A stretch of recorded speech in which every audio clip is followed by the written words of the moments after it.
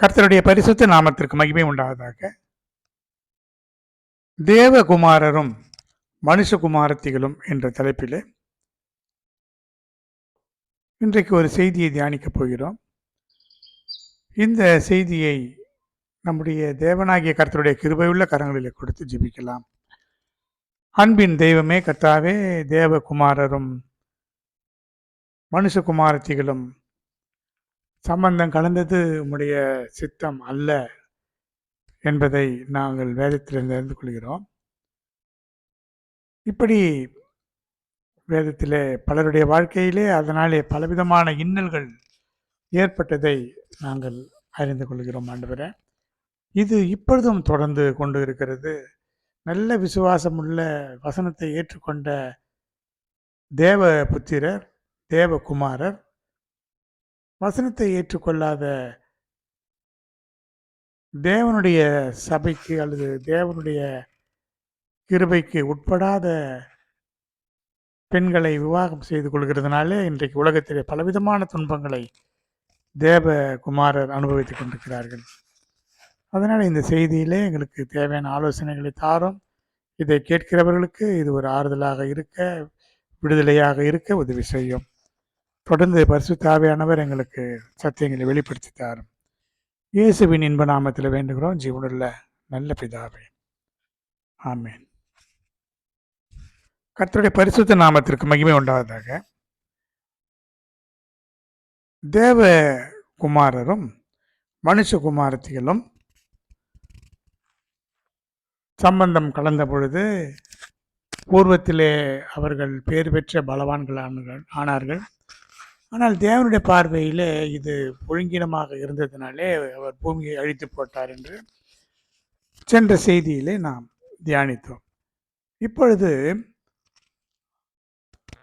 நோவாவின் சந்ததியில் அவனுடைய பிள்ளைகளாகிய சேம், காம், யாப்பேத் என்பவர்கள் மூலமாக உலகம் முழுவதும் அவருடைய சந்ததி பெருகிய நேரத்தில் கானானை நோவா சபித்தான். அதனாலே அந்த காமின் வம்சமாகிய கானான், அந்த கானானியர் சபிக்கப்பட்டார்கள். இந்த கானானியரோடு யாரெல்லாம் சம்பந்தம் கலந்தார்களோ, 2 பிரிவு தான் உண்டு. ஒன்று தேவனுடைய ஜனமாகிய இஸ்ரவேல் ஜனங்கள், இஸ்ரவேல் அல்லாதவர்கள் புறஜாதியார். நாம் எல்லாருமே புறஜாதியார் தான், இஸ்ரவேலரை தவிர. ஆனால் இஸ்ரவேல் என்ற ஒரு வம்சம் வருவதற்கு முன்பு நடந்த அந்த வரலாற்றை தான் நாம் இப்பொழுது பார்த்து கொண்டிருக்கிறோம். இந்த இஸ்ரவேலர்கள் ஆபிரகாமில் இருந்து வந்தவர்கள். இந்த ஆபிரகாம் நோவாவின் சந்ததியில் சேம் வம்சத்தில் பிறந்தவன். இனி இப்படி சம்பந்தம் கலந்ததுனால இந்த உலகத்திற்கு, ஆவிக்குரிய ஜீவியத்திற்கு என்னவெல்லாம் துன்பங்கள் நேர்ந்தது என்பதை இப்பொழுது நாம் தியானிக்க போகிறோம். இதில் கானான் சபிக்கப்பட்டவன் தன் சகோதரரிடத்தில் அடிமைகளுக்கு அடிமையாயிருப்பான் என்று நோவா சொன்னான்.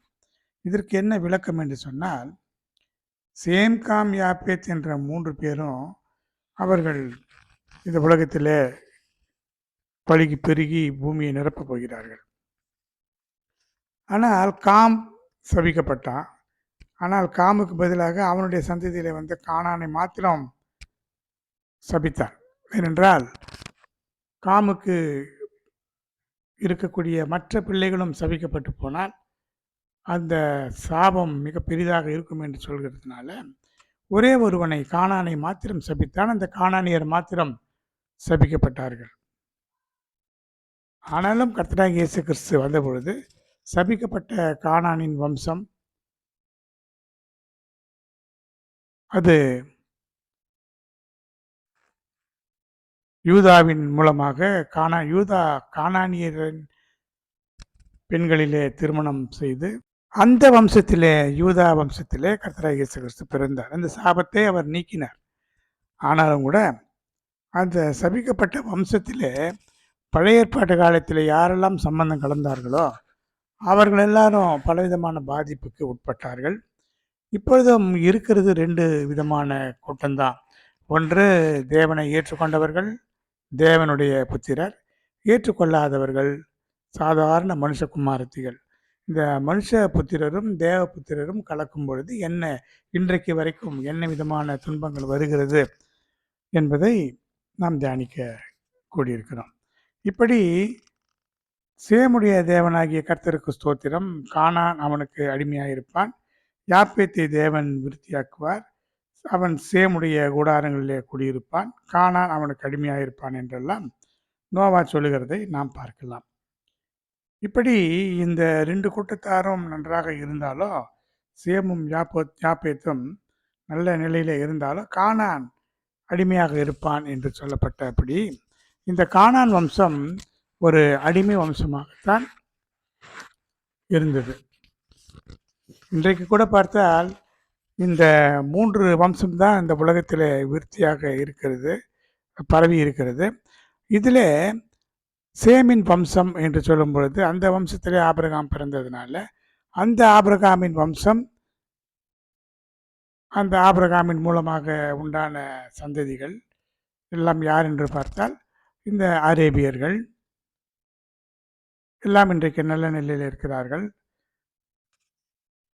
இஸ்ரவேலர்கள் இவர்கள் தான் சேமனுடைய வம்சம். யாப்பேத்தின் வம்சம் என்று சொன்னால் ஆங்கிலம் பேசக்கூடிய வெள்ளைக்காரர்கள் என்று அழைக்கக்கூடிய மற்ற வெளிநாட்டுக்காரர்கள் எல்லாம் அவர்களும் நல்ல நிலையிலே இருக்கிறார்கள். ஆனால் இந்த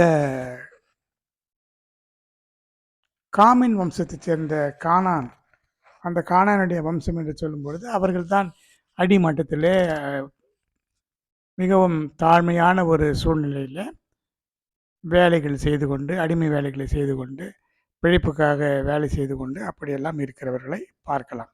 இப்படி இந்த காமின் புத்திரர் அவர்கள் எங்கே போய் குடியிருந்தார்கள் என்று பார்த்தா, அவர்கள் எகிப்திலே வாழ்ந்தார்கள். இன்றைக்கு கூட பார்த்தால் அந்த எகிப்து தேசம் அல்லது அதற்கு பக்கத்தில் இருக்கிறதான அந்த எத்தியோப்பியாவை சார்ந்து இருக்கிறதான அந்த ஆப்பிரிக்கா போன்ற இடங்களிலே வாழ்கின்றதான மக்கள் கானானின் வம்சத்தை சேர்ந்தவர்கள். அவர்களோடு கலந்து வந்த நாம் எல்லாரும் கூட கானானின் அந்த வம்சத்தை சேர்ந்தவர்களாகத்தான் இருக்கிறோம். இப்படி காமின் புத்திரர் எகிப்திலே வாழ்ந்தார்கள் என்பதை பார்க்கும் பொழுது அதற்கு சங்கீதம் 78 அதிகாரம் 51 இதை பார்க்கலாம். எகிப்திலே தலைச்சன்கள் அனைத்தையும் காமின் கூடாரங்களிலே அவர்களுடைய பலனின் முதற் பலன்களான யாவையும் அழித்து. இந்த காமின் கூடாரங்கள் என்று சொல்லும்போது எகிப்தில் வாழ்ந்தவர்கள் தான் காமின் வம்சம். அந்த காமின் வம்சத்திலே அடிமைத்தனத்திலே இருந்ததான அந்த கானானியர்கள் தான் அந்த தேசத்திலே அப்பொழுது இருந்தவர்கள். அவர்களை அழித்தார். ஆனால் அவர்கள் அடிமைகளாக இருந்தாலும் இஸ்ரவேலே அங்கே போய் அடிமையாக இருக்கக்கூடிய ஒரு சூழ்நிலையை தேவன் ஏற்படுத்தி கொடுத்தார். சங்கீதம் 105 அதிகாரம் 23 அப்பொழுது இஸ்ரவேல் எகிப்துக்கு வந்தான், யாக்கோபு காமின் தேசத்திலே பரதேசியாக இருந்தான் என்று சொல்லப்பட்டிருக்கிறது. காமின் தேசம் என்று சொல்லும் பொழுது அதுதான் எகிப்து. இஸ்ரவேல் என்று அழைக்கக்கூடிய யாக்கோபு அவனுடைய வம்சத்தார் எகிப்திலே வந்து அங்கே பரதேசியாக தங்கியிருந்தார்கள். சங்கீதம் 105 அதிகாரம் 27 இவர்கள் அவர்களுக்குள்ளே அவருடைய அடையாளங்களையும் காமின் தேசத்திலே அற்புதங்களையும் செய்தார்கள் என்று பார்க்கிறோம். இந்த அடையாளங்கள் அற்புதங்கள் எல்லாம் தேவன் காமின் தேசமாகிய எகிப்திலே செய்தார். அதனாலே காமின் தேசம் என்று சொன்னால் கானானியருடைய ஒரு பகுதியும் அங்கே வாழ்ந்து வந்து இருந்ததை நாம் பார்க்க முடிகிறது. அடுத்து சங்கீதம் 106 அதிகாரம் 21 எகிப்திலே பெரிய கிரியைகளையும் காமின் தேசத்திலே அதிசயங்களையும் சிவந்த சமுத்திரத்தின் அண்டையிலே பயங்கரமானவைகளையும் செய்தவர் என்று தேவனை பற்றிய செய்தி சொல்லப்பட்டிருக்கிறது. இப்படிப்பட்ட எகிப்திய தேசத்திலே அங்கே இருந்த ஒரு அடிமை பெண்ணாகிய ஆகாரை ஆபிரகாமுக்கு மறுமனையாட்டியாக்கி அதன் மூலமாக இஸ்மவேலை அவள் பெற்றாள், ஆபிரகாமுக்கு பெற்றாள். அதே போல கேத்தூராளின் மூலமாக 6 பிள்ளைகள் பிறந்தன. இந்த கேத்தூராள் என்பவளை பற்றிய செய்தி நமக்கு வேதத்திலே தெளிவாக நமக்கு தெரியவில்லை. ஆனால் இவள் அடிமை பெண்ணாகிய ஆகார், இவள் ஒரு எகிப்து தேசத்தைச் சேர்ந்த அடிமை பெண். இவள் மூலமாக இஸ்மவேல் பிறக்கிறான். ஆனால் வாக்குத்தத்தம் பண்ணப்பட்ட ஈசாக்கின் மூலமாகத்தான் இந்த 12 கோத்திரங்கள், யாக்கோபினுடைய 12 கோத்திரங்களும் இஸ்ரவேல் ஜனங்களாக இருக்கிறார்கள். ஆனால் அதற்கு முன்னதாக இப்படிப்பட்ட ஒரு சூழ்நிலை இங்கே ஏற்பட்டுவிட்ட ஒரு நிலையை நாம் பார்க்கலாம். இப்படி ஆபிரகாம் இப்படி இருந்தாலும் கூட அதனாலே அவன் என்ன நினைத்தான், ஈசாக்கிற்கு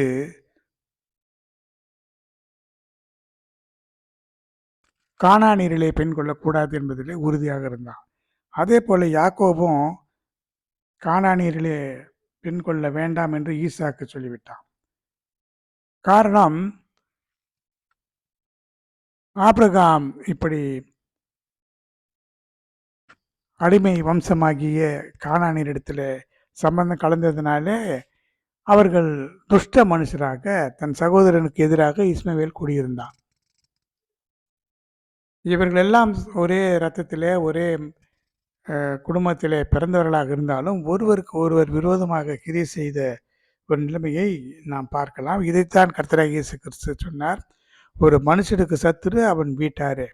ஒரே வீட்டைச் சேர்ந்தவர்கள் தான் இன்றைக்கு ஒருவரோடு ஒருவர் யுத்தம் செய்து கொண்டு இருக்கிறார்கள். இன்றைக்கு வரைக்கும் இஸ்ரவேல் ஜனங்களுக்கு விரோதமாக அந்த இஸ்ரவேல் குடும்பத்திலே பிறந்த மற்றவர்கள் அவர்களுக்கு விரோதமாக அந்த காலத்தில் இருந்து சண்டையிட்டு கொண்டிருக்கிறதையும் பார்க்கலாம். இப்பொழுதும் கூட இஸ்ரவேலுக்கு விரோதமாக யுத்தம் நடந்து கொண்டுதான் இருக்கிறது. கர்த்தருடைய பரிசுத்த நாமத்திற்கு மகிமை உண்டாவதாக. அடுத்து ஆபிரகாம் சேமின் வம்சத்திலே பிறந்தான். அந்த வம்சத்தில் பிறந்த ஏசா கானானிய வம்சத்திலே பிறந்த புறஜாதி பெண்களாகிய மனுஷகுமாரத்திகளை திருமணம் செய்தான். இதனாலே பலவான்களாகிய பிள்ளைகள் பிறந்தாலும் அவர்கள் தேவனாலே சபிக்கப்பட்ட வம்சமாகிய கானானிய பெண்களுக்கு பிறந்தவர்களாக இருக்கிறதுனால இப்படி மனுஷகுமாரத்திகளோடு தேவபுத்திரனாக இருக்கிற ஏசா கலந்ததுனால அந்த வம்சம் எந்த நிலைமைக்கு போனது என்பதை நாம் பார்க்கலாம். சேமின் வம்சத்தில் பிறந்த ஆபிரகாம் தேவபுத்திரன். இவருடைய வம்ச வரலாறு பார்க்கும் பொழுது நோவாவின் குமாரனாகிய சேம், காம், யாப்பேத் என்பவருடைய வம்சம் பார்க்கும் பொழுது யாப்பேத்தின் குமாரர், காமின் குமாரர், இப்படி பலரை நாம் பார்க்கலாம். ஆனால் நமக்கு தேவையானது காமினுடைய குமாரன் கூஷ், மிஸ்ராயிம், பூத், கானான் என்பவர்கள். காமுக்கு கூஷ், மிஸ்ராயிம், பூத், கானான் என்ற 4 விதமான 4 பிள்ளைகள் பிறந்தார்கள். இதில் கூஷ் என்பவன் நிம்ரோத்தை பெற்றான். அவன் பூமியிலே பராக்கிரமசாலியானான். இந்த நிம்ரோத்து தான் பாகால் வணக்கத்துக்கு முதல் காரணமானவன். இவன் தன்னையும் தன் மனைவியையும் பிள்ளையையும் வணங்குமாறு செய்தான். விக்கிரக ஆராதனைக்கு வித்திட்டவன் என்பதை சரித்திர ஆராய்ச்சியாளர்கள் சொல்கிறார்கள். இவன் இந்த வம்சத்திலே கானானின் வம்சத்தில் பிறந்த ஒரு கானானிய ராஜாவாக இருக்கிறான்.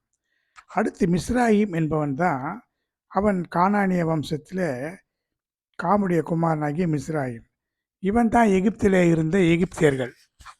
நாம் இப்பொழுது பார்த்தோம் அல்லவா, காமின் வம்சம் என்று சொல்லி இவர்கள் கானானின் வம்சத்தை சேர்ந்தவர்கள் தான். மிஸ்ராயிம் என்பது எகிப்துக்கு உரிய ஒரு பெயரே ஒரு மிஸ்ராயிம் என்று அழைக்கப்படுகிறது. ஆக எகிப்தில் இருந்தவர்கள் மிஸ்ராயிம் குமாரர்கள்.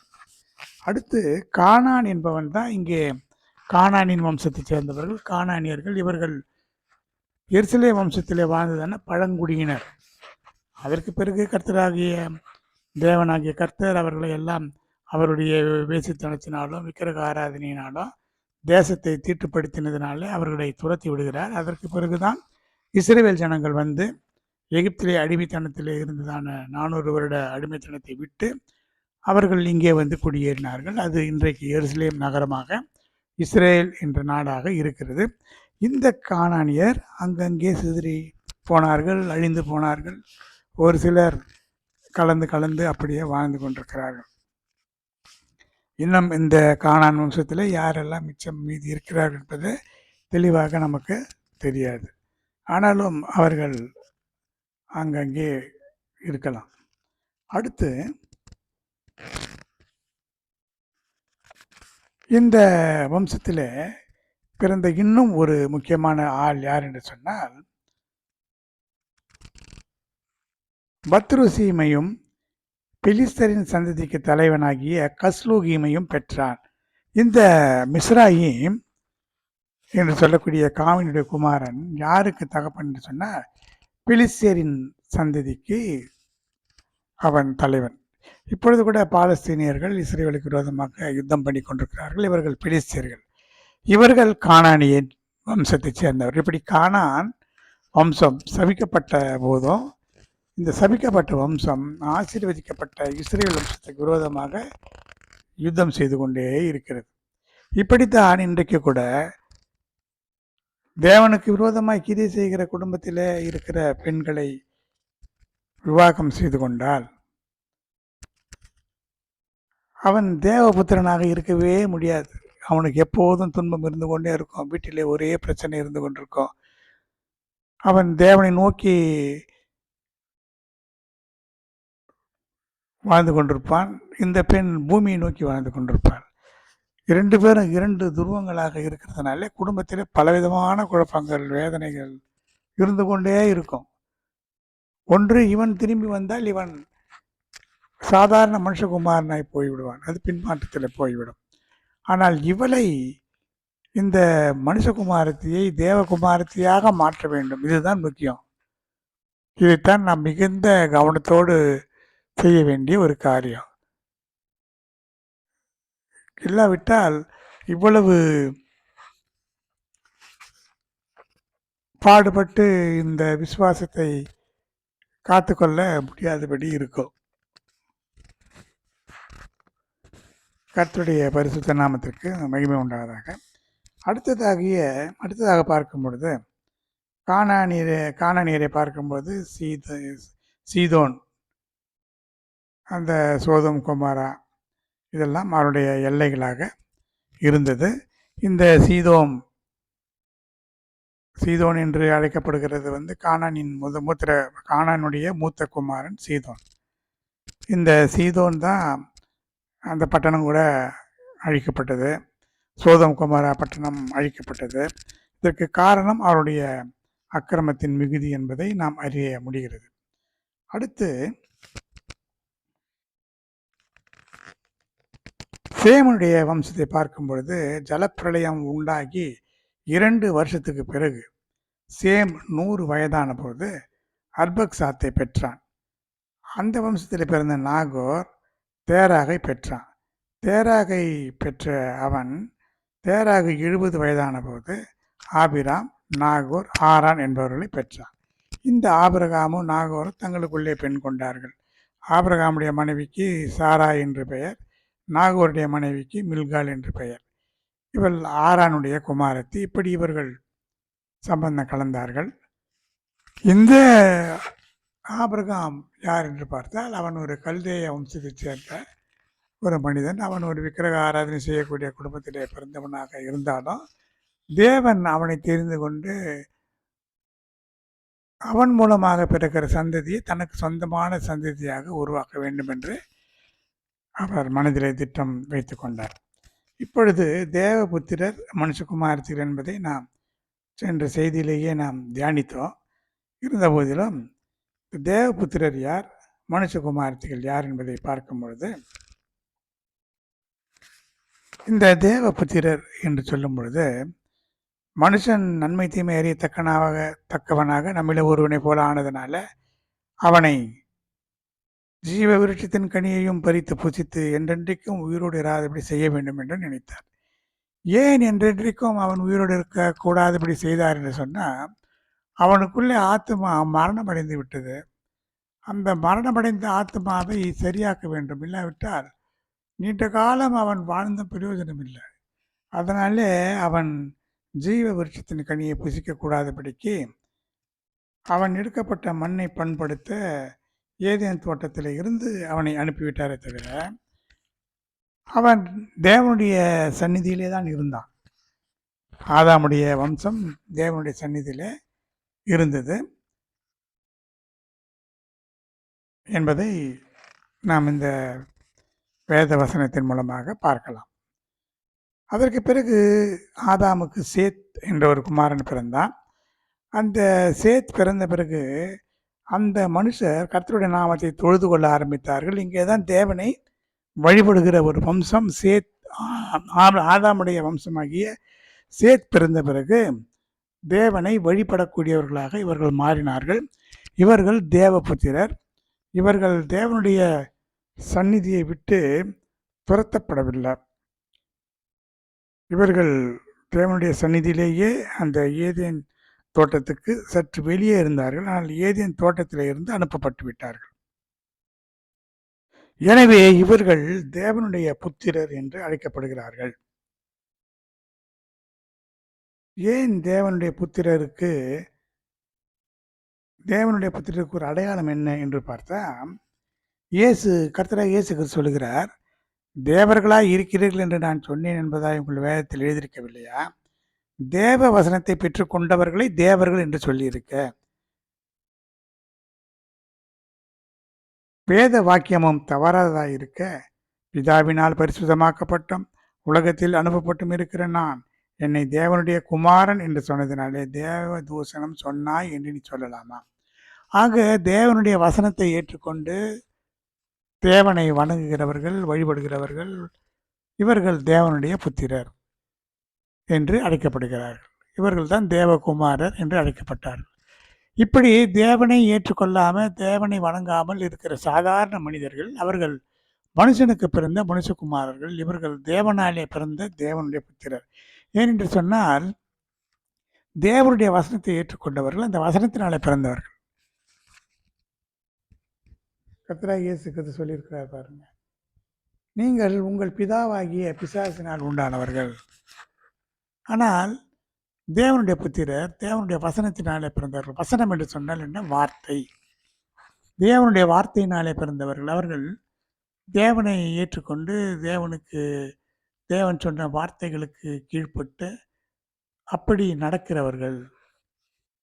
அந்த வசனத்தை ஏற்றுக்கொண்டு அந்த வசனம் அவர்களை நடத்தும், அந்த வசனம் அவர்களை புடமிடும். அந்த வசனத்தை, அந்த தேவனுடைய கர்த்தராகிய இயேசு கிறிஸ்து தான் வார்த்தையாக இருந்தவர். அந்த வார்த்தை என்பது மாம்சமாகி கிருபையும் சத்தியம் நிறைந்தவராகி இயேசு என்ற நாமத்திலே வெளிப்பட்டார் என்று யோவானிலே நாம் வாசிக்கிறோம். இப்படி இந்த வசனத்தினாலே பிறந்தவர்கள் தேவனுடைய புத்திரர். இந்த வசனத்தினாலே பிறந்தவர்களோடு தான் சம்பந்தம் கடக்க வேண்டுமே தவிர சாதாரண உலக மக்களோடு சம்பந்தம் கடந்தால் அதிலே பல குழப்பங்கள் ஏற்பட்டு கொண்டிருக்கிறதை நாம் பார்க்க முடிகிறது. இந்த வகையிலே ஏதோமேரின் தகப்பனாகிய ஏசாவுடைய வம்ச வரலாறு என்று சொல்லப்பட்டிருக்கிறது. ஏசாவுக்கு ஏதோம் என்று ஒரு பெயர் உண்டு. ஏதோம் என்று சொன்னால் சிவப்பு என்று பொருள். அவன் சிவந்த மேனி உடையவன். அதனாலே ஏதேன் என்று அவன் அழைக்கப்பட்டதை நாம் பார்க்க முடிகிறது. இந்த ஏசா கானான் தேசத்து பெண்களிலே ஏத்தியனின் குமாரத்தி ஆதாளையும், ஏவியனின் குமாரத்தி ஆகிய அகோலிபாமாலையும், இஸ்மவேலின் குமாரத்தி ஆகிய பஸ்மாத்தையும் விவாகம் பண்ணியிருந்தான். இதனாலே ஏசாவுக்கு ஆதாள் எலிப்பாசை பெற்றாள். இந்த ஆதாள் என்பவள் யார் என்று சொன்னால், இவன் போய் அந்த சேயீர் மலையிலே குடியிருந்தான் அல்லவா? அதனாலே அந்த சேயீர் மலை தேசத்தில் இருந்த ஆதி குடிகளாகிய அவர்களோடு கூட சம்பந்தம் கலந்தான். அப்படி பிறந்த பிறகு அதிலே உண்டானவன் தான் அமலேக்கு. அதை பார்க்கலாம். சேயீர் மலையில் அவன் குடியிருந்ததுனாலே ஏசாவுக்கு ஏதோம் என்றும் பெயர். சேயீர் மலையில் இருக்கிற ஏதோமியருடைய தகப்பனாகிய ஏசா. ஏசாவின் குமாரர் என்று பார்க்கும்பொழுது திம்னாள் ஏசாவின் குமாரனாகிய எலிப்பாசுக்கு மறுமனையாட்டியாக இருந்து எலிப்பாசுக்கு அமலேக்கை பெற்றாள். இந்த அமலேக் என்பவன் யார் என்று சொன்னால், தேவனுக்கு விரோதமாக இன்றைக்கு வரைக்கும் அந்த ஆவி கிரி செய்து கொண்டிருக்கிறது. அமலேக்கின் ஆவி. இவன் என்ன செய்தான் பாருங்க, ஜனங்கள் வனாந்தரத்தில் தாகத்தை தாங்க முடியாமல் தவித்துக் கொண்டிருக்கிறார்கள். அங்கே தண்ணீர் இல்லாமல் இருந்தது. அந்த நேரத்தில் வந்து அமலேக்கியர் இஸ்ரவேலரோடு யுத்தம் பண்ணினார்கள். அப்பொழுது யோசுவா அவர்களோடு யுத்தம் பண்ணி பட்டயக்கரிக்கிலே முறிய அடித்தான். கர்த்தர் சொன்னார் மோசையை நோக்கி, இதை நினைவு கூறும் பொருட்டு நீ ஒரு புஸ்தகத்தில் எழுதி யோசுவாவின் செவி கேட்கும்படி வாசி, அமலேக்கை வானத்தின் கீழ் எங்கும் இராதபடிக்கு நாசம் பண்ணுவேன் என்று சொன்னார். ஏனென்றால் அமலேக்கின் கை கர்த்தருடைய சிங்காசனத்துக்கு விரோதமாக இருந்தபடியினால் தலைமுறை தோறும் அவனுக்கு விரோதமாக யுத்தம் நடக்கும். இந்த அமலேக் என்பவனை பற்றிய பயங்கரமான செய்திகளை நம் வேதத்தில் பார்க்க முடிகிறது. அமலேக்கின் கை கர்த்தருடைய சிங்காசனத்துக்கு விரோதமாக இருந்தபடினால தலைமுறை தோறும் அவனுக்கு விரோதமாக கர்த்தருடைய யுத்தம் நடக்கும் என்று ஏன் சொன்னார் என்று சொன்னால், எகிப்திலிருந்து புறப்பட்டு வருகிற வழியில் அமலேக்கு தேவனுக்கு பயப்படாமல் உனக்கு எதிராக வந்து நீ இளைத்து விடாய்த்திருக்கையில் பின் வருகிற உன் பாளையத்தில் இருக்கிற பலவீனரையெல்லாம் வெட்டினான் என்பதை நினைத்திரு. இப்படி நீ சுதந்திரத்து கொள்ள உனக்கு கொடுக்கும் தேசத்தின் சுற்றுப்புறத்தாராகிய உன்னுடைய சத்துருக்களை எல்லாம் உன் தேவனாகிய கர்த்தர் விலக்கி உன்னை இளைப்பார பண்ணும் பொழுது நீ அமலேக்கின் பெயரை வானத்தின் கீழ் இராதபடிக்கு அழிய பண்ண கடவாய், இதை மறக்க வேண்டாம் என்று சொல்லியிருக்கிறார். இதில் என்னவென்றால், எகிப்து தேசத்திலே அடிமைகளாக இருந்ததான இஸ்ரவேல் ஜனங்கள் யாக்கோபின் குமாரர். அமலேக்கு ஏசாவின் புத்திரன், சகோதரர்கள் தானே. அவன் தாகமாய் இருக்கும் பொழுது அவனுக்கு அவன் இளைத்து விடாய்த்திருக்கும் பொழுது அவனுக்கு விரோதமாக வந்து பலவீனராக இருக்கிறவர்களெல்லாம் வெட்டுகிறான். அதனாலே அமலேக்கின் பேர் வானத்தின் கீழே எங்கும் இல்லாதபடி கழிக்க வேண்டும் என்ற செய்தியை நாம் பார்க்கிறோம். இந்த ஆவி இன்றைக்கு கூட சபைக்குள்ளே கிரியை செய்கிறது. யாரெல்லாம் கொஞ்சம் பலவீனமாக இருக்கிறார்களோ அந்த விசுவாசிகளை, அந்த விசுவாசத்துக்கு விரோதமாக அந்த ஆவி அமலேக்கு இருந்து போனான். அமலேக்கின் வம்சம் இப்பொழுது இல்லை. ஆனாலும் அந்த அமலேக்கிலே கிரியை செய்தான பிசாசனுடைய ஆவி, அது அமலேக்கின் ஆவி என்று அழைக்கப்படுகிறது. அந்த ஆவி இப்பொழுதும் பலவீனரையெல்லாம் விசுவாசத்தை விட்டு வெட்டி போடுகிறது. இப்படி ஒரு நிலைமையை நாம் இன்றைக்கு கூட பார்க்கலாம். அடுத்து இந்த அமலேக்கை அழிக்கும்படியாக கர்த்தர் ஆணையிட்ட ஒரு வரலாற்றை பார்க்கலாம். 1 சாமுவேல் 15ஆம் அதிகாரம் 2 முதல் இருக்கிற வசனங்களில் பார்க்கும்பொழுது, இஸ்ரவேலர் எகிப்திலிருந்து வந்தபோது அமலேக்கு அவர்களுக்கு விரோதமாக வழிமறித்த செய்கையை மனதிலே வைத்திருக்கிறேன். நீ போய் அமலேக்கை மடங்கடித்து அவனுக்கு உண்டான எல்லாவற்றையும் சங்கரித்து அவன் மேல் இரக்கம் வைக்காமல் புருஷரையும் ஸ்திரீகளையும் பிள்ளைகளையும் குழந்தைகளையும் மாடுகளையும் ஆடுகளையும் ஒட்டகங்களையும் கழுதைகளையும் கொன்று போடக்கடவாய் என்கிறார் என்று சாமுவேல் சொன்னான். தேவன் சொல்வதாக சொன்னான். இப்படி சொன்ன பொழுது சவுல் ராஜா என்ன செய்தான், சவுலும் ஜனங்களும் ஆகாகு என்று சொன்னார். அந்த அமலேக்கு அழிக்க வேண்டியதான அந்த பெலிஸ்திய ராஜாக்களுக்கு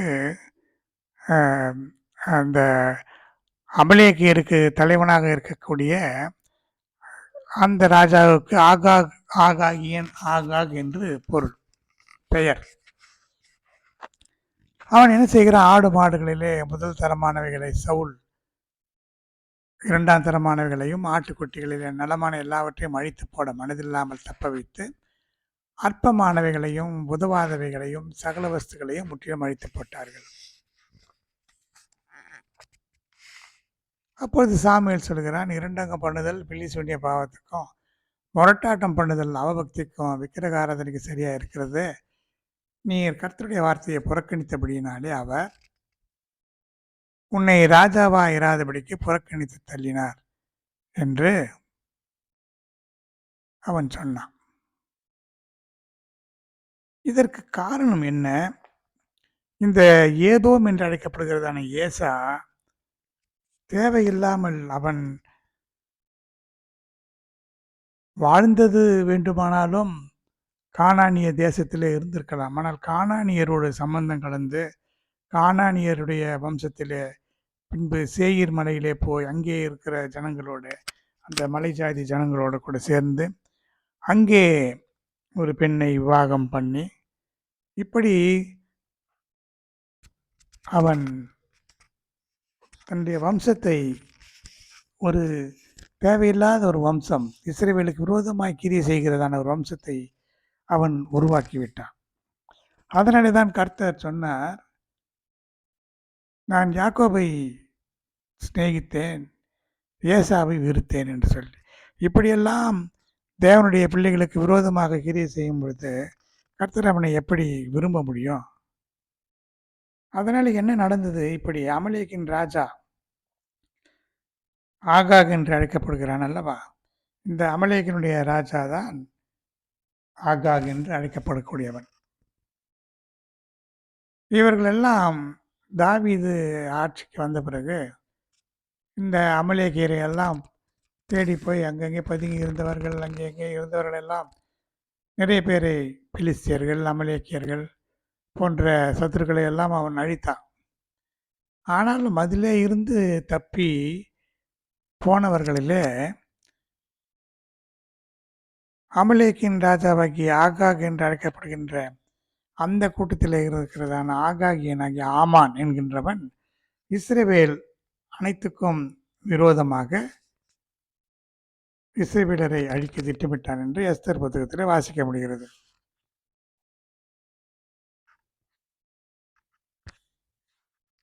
இந்த ஆகாகியனாகிய ஆமான் என்பவன் யூதர்களெல்லாம் அழிக்க திட்டம் போட்டான்.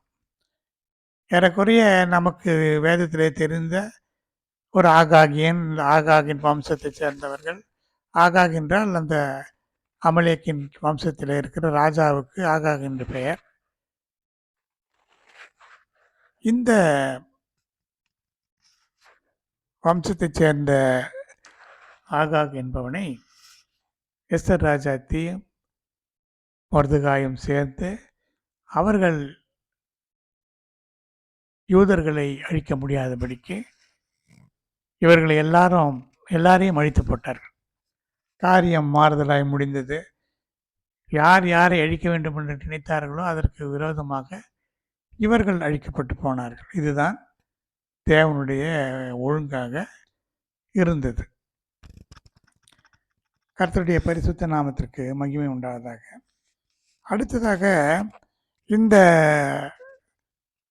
அமலேக்கின் ராஜாவாகிய ஆகாகை கொல்லாமல் விட்டுவிட்டதனால இஸ்ரவேலின் ராஜாவாக விளங்கினதான சவுல் ராஜாவாக இல்லாதபடிக்கு தள்ளப்பட்டு போனான் அல்லவா? அதற்கு பிறகு சாமுவேல் ஒரு நியாய தீர்ப்பை கொடுக்கிறான். தேவனுடைய கோபத்தை மாற்றும்படியாக அமலேக்கின் ராஜாவாகிய ஆகாகை என்னிடத்தில் கொண்டு வாருங்கள் என்று சொன்னான்.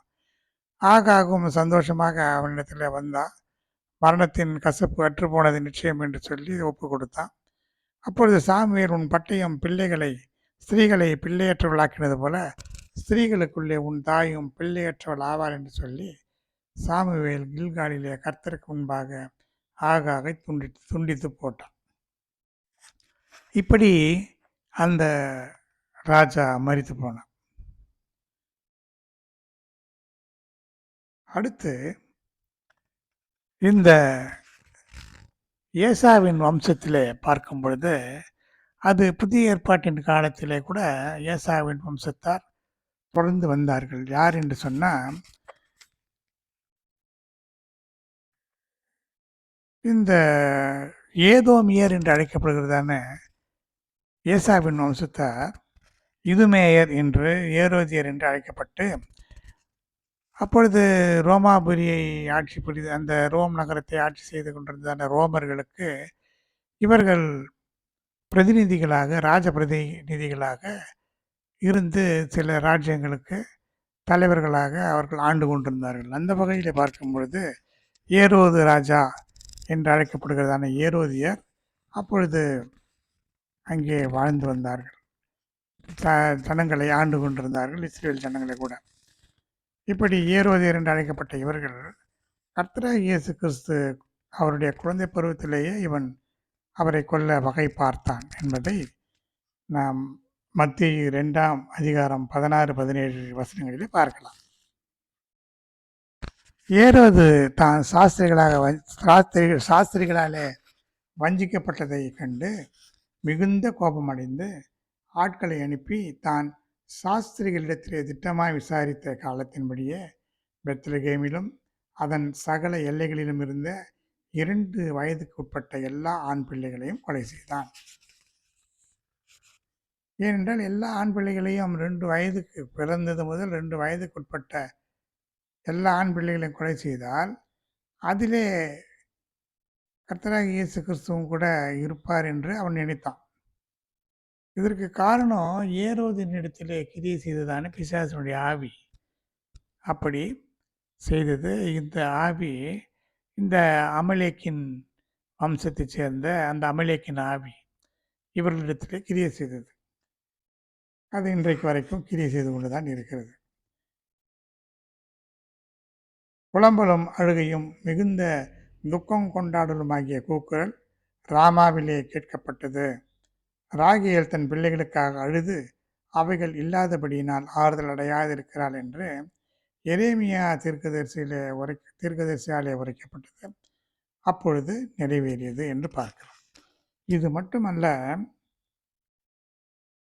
லூக்கா 13ஆம் அதிகாரம் 31ஆம் வசனத்தில் இவர் வளர்ந்த பிறகு கூட கர்த்தராகிய இயேசு கிறிஸ்து ஊழியம் செய்து கொண்டிருக்கிற நேரத்தில் சில பரிசேயர் இயேசுவினிடத்திலே வந்து, நீர் இவ்விடத்தை விட்டு போய்விடும், ஏரோது உம்மை கொலை செய்ய மனதாய் இருக்கிறான் என்று சொன்னார்கள்.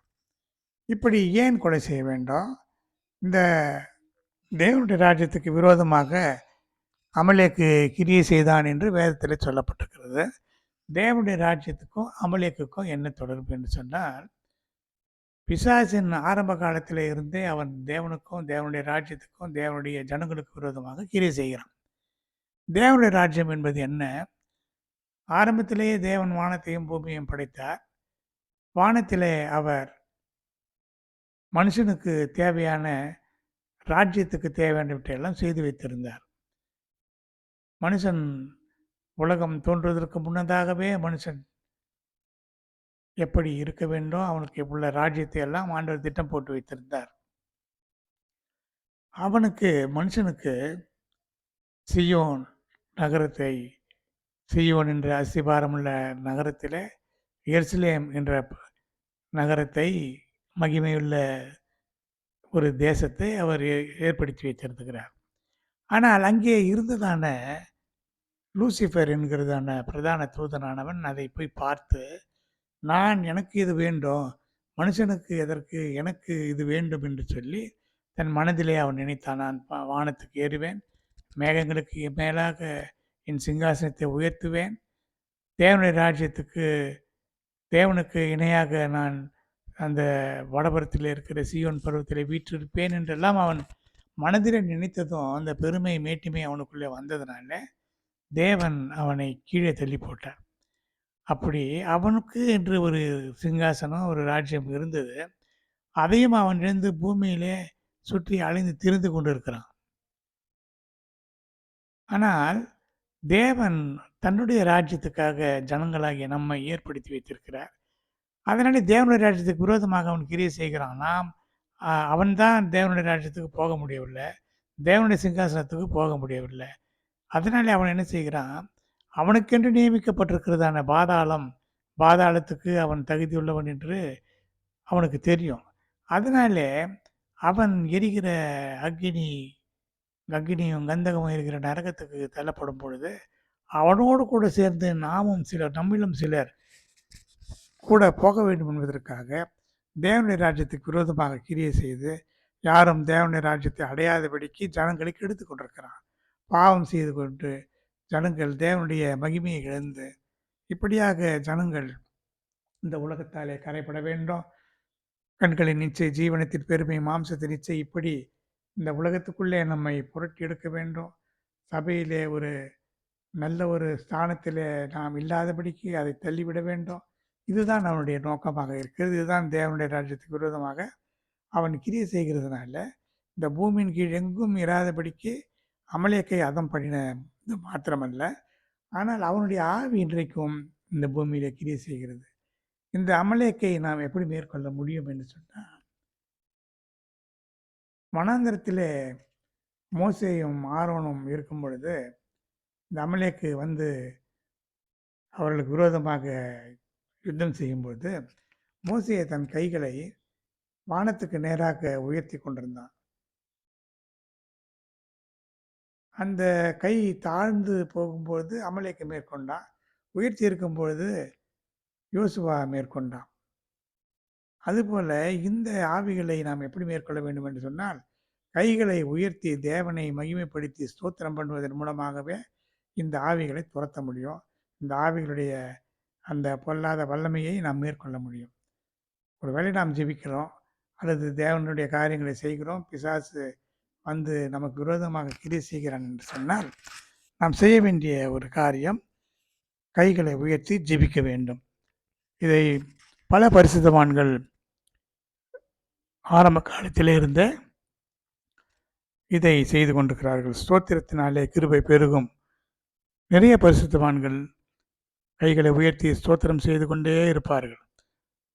ஜெபிக்கிற நேரம், வேதம் வாசிக்கிற நேரம், மற்ற நேரங்களை காட்டிலும் மனதுக்குள்ளேயே ஸ்தோத்திரம் செய்து கொண்டே இருக்கிறார்கள்.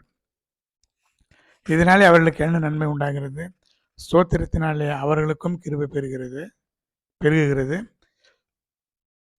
மற்றவர்களுக்காக அவர்கள் ஸ்தோத்திரிக்கும் பொழுது மற்றவர்களுக்காகவும் அந்த கிருபையானது பெருகுகிறது. இப்படித்தான் நாம் இவனை மேற்கொள்ள முடியும். இதுபோல மனுஷகுமாரத்திகள் தேவபுத்திரருக்கு விரோதமாக கிரியை செய்து கொண்டிருக்கிறார்கள். இன்றைக்கு பல குடும்பங்களிலே பார்க்கும் பொழுது ஒரே சண்டை சச்சரவு, ஒருவருக்கு விரோதமாக ஒருவர் கிரியை செய்கிறார்கள். பெரும்பாலும் கிறிஸ்தவ குடும்பங்களில் இன்றைக்கு நிறைய விவாகரத்துக்கள் உண்டாகிக்கொண்டே இருக்கிறது. ஒரு மருமகள் நல்ல ஒரு தெய்வாம்சம் நிறைந்தவளாக, பக்தி நிறைந்தவளாக இருந்தால் உடனடியாக அவருடைய கணவன் இந்த உலகத்து மனுஷனாக இருந்தால், அவருடைய மாமியார் உலகத்து மனுஷியாக இருந்தால், அந்த பெண்ணுடைய நிலைமை மிகவும் மோசமாக இருக்கும். அவளை ஜெபிக்க விட மாட்டார்கள், வேதம் வாசிக்க விட மாட்டார்கள். ஏனென்றால் இந்த உலக காரியங்கள் தான் அவர்களுக்கு முக்கியம். இந்த உலகம்தான் அவர்களுக்கு மிக முக்கியமான ஒரு இலக்காக இருக்கிறது. அவர்கள் பூமியை நோக்கி பார்த்து கொண்டிருக்கிறவர்கள், வானத்தை நோக்கி பார்க்கிறவர்கள் அல்ல. ஆனால் இந்த பெண் வானத்தை நோக்கி பார்க்கிறவளாக இருந்தால் அவளை அப்படி செய்ய விட மாட்டார்கள். ஏனென்றால் இது அமலேக்கின் ஆவி இவர்களுக்குள்ளே இந்த குடும்பத்திலே கிரியை செய்கிறது. இது தேவ குமாரத்தியாகிய அவள், தேவ புத்திரியாகிய அவள், மனுஷ குமாரத்திகள், இப்படி மாறி மாறி இவர்கள் இருக்கும் பொழுது இதற்கு ஒரே ஒரு வழி என்ன தெரியுமா? தேவ புத்திரராக இவர்களும் மாற வேண்டும், அவர்களை மாற்ற வேண்டும். தேவன் அப்படி அந்த குடும்பங்களுக்கு உதவி செய்ய வேண்டும். இப்பொழுது நமக்கு வேறு வழியே இல்லை. திருமணம், விவாகம் நடந்து விட்டது. விபச்சாரம் அல்லது வேசித்தனத்தினாலே, அந்த முகாந்திரத்தினால் அன்றி பிரிந்து போகக்கூடாது என்பது தேவனுக்கு உகந்ததான ஒரு விஷயமாக இருக்கிறது. அது தேவனுடைய பிரமாணமாக நமக்கு வசனமாக கொடுக்கப்பட்டிருக்கிறது. அப்படியானால் என்ன செய்ய வேண்டும்? நமக்கு வேறு வழியே இல்லை. அப்படிப்பட்ட ஒரு குடும்பத்தில் நாம் விவாக உடன்படிக்கைக்குள்ளாக நம்முடைய பிள்ளைகளை கொடுத்து விட்டிருந்தால் நாம் ஜெபிக்க வேண்டும். நாம் செய்த தவறுக்காக நாமும் கூட தண்டனை அடைகிறோம். அவர்களோடு சேர்ந்து, அந்த பிள்ளைகளோடு சேர்ந்து நாமும் கூட கண்ணீர் வடிக்கிறோம். இது பல குடும்பங்களிலே பார்க்கலாம். அந்த பெண் பிள்ளைகளோ அல்லது இந்த ஆணோ அவன் மாத்திரம் துன்பப்படுகிறது இல்லை. ஏனென்றால் நமக்கு தெரியாமல் அவர்கள் தேவபுத்திரர் தானா என்று சரியாக அறியாமல் அப்படி செய்து விடுகிறோம். அல்லது தேவபுத்திரர்களாகத்தான் இருப்பார்கள். தேவபுத்திரர்கள் நம்பி தான் திருமணம் செய்வோம். ஆனால் அவர்கள் அந்த தேவனுடைய வசனத்தை விட்டுவிட்டால் சாதாரண மனுஷபுத்திரராய் போவார்கள். பின்மாற்றத்திலே போனவர்களை வைத்துக்கொண்டு ஒன்றுமே செய்ய முடியாது. அந்த பின்மாற்றக்காரர்கள் என்ன செய்வார்கள்? நம்முடைய பிள்ளைகளையும் பின்மாற்றத்திலே கொண்டு வந்து வைக்கும்படியாக செய்வார்கள். நாமும் கூட உலகத்து மனுஷரைப் போல சடங்குகளை செய்ய நாம் ஒரு கட்டுப்பாட்டுக்குள்ளே வரும்படியாக அவர்கள் செய்வார்கள். எனவே இப்படிப்பட்ட குடும்பங்களிலே இருந்து ஒரு பெரிய விடுதலையை கர்த்தர் தரும்படியாக ஜெபிக்கலாம். அன்பின் தெய்வமே கர்த்தாவே, நன்றியோடு ஸ்தோத்தரிக்கிறேன். தேவ புத்திரர், மனுஷ குமாரர்கள் அல்லது மனுஷ குமாரத்திகள் இப்படி சம்பந்தம் கலந்தவர்களின் மூலமாக எத்தனை கஷ்டங்கள் வந்திருக்கிறது என்பதை நாங்கள் வேதத்தில் இருந்து அறிகிறோம். ஏசாவை நீர் வெறுக்கிறீர்.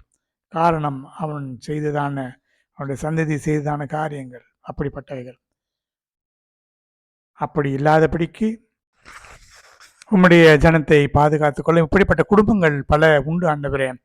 அப்படிப்பட்ட குடும்பங்களிலே இருக்கிற சிக்கல்களை, வேதனைகளை, நிந்தைகளை, அவமானங்களை, கவலைகளை, கண்ணீரை எல்லாம் மாற்றி தேவ புத்திரராக எல்லாரையும் மாற்றும் ஆண்டவரே.